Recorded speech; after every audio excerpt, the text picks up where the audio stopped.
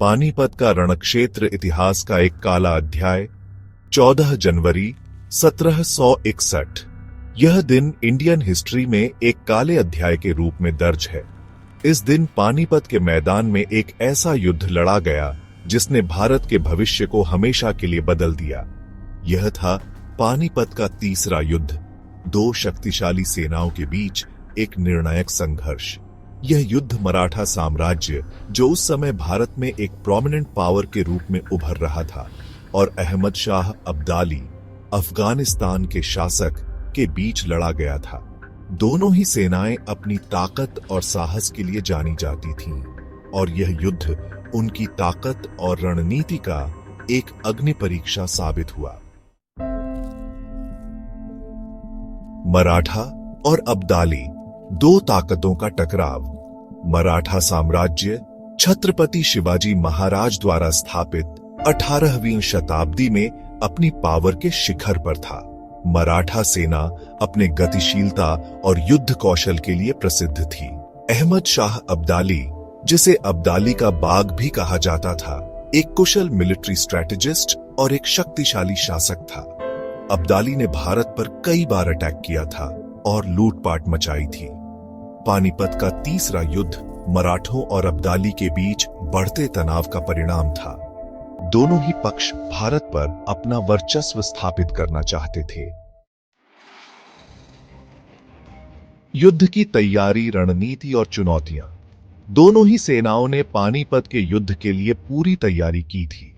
मराठा सेना की कमान सदाशिवराव भाऊ के हाथों में थी, जबकि अब्दाली ने अपनी सेना का नेतृत्व खुद किया था। मराठा सेना संख्या में ज्यादा थी, लेकिन उनके पास रिसोर्सेज और सप्लाईज की कमी थी। दूसरी ओर अब्दाली की सेना अच्छी तरह से सुसज्जित थी और उनके पास गोला बारूद और खाने पीने का सामान काफी था।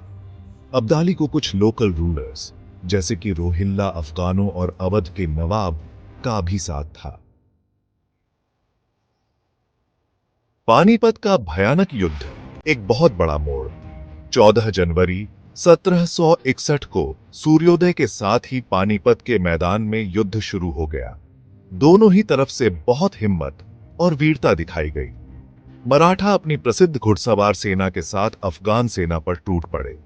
अब्दाली की सेना ने भी अपनी तोपों और बंदूकों से पलटवार किया। युद्ध घंटों तक चलता रहा। दोपहर तक ऐसा लग रहा था कि मराठा जीत रहे हैं, लेकिन किस्मत को कुछ और ही मंजूर था। विश्वासघात के कारण मराठा सेना में भगदड़ मच गई और अब्दाली ने इस मौके का पूरा फायदा उठाया।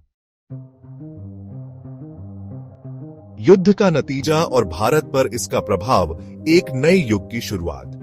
पानीपत का तीसरा युद्ध मराठा साम्राज्य के लिए बहुत बड़ी हार साबित हुआ।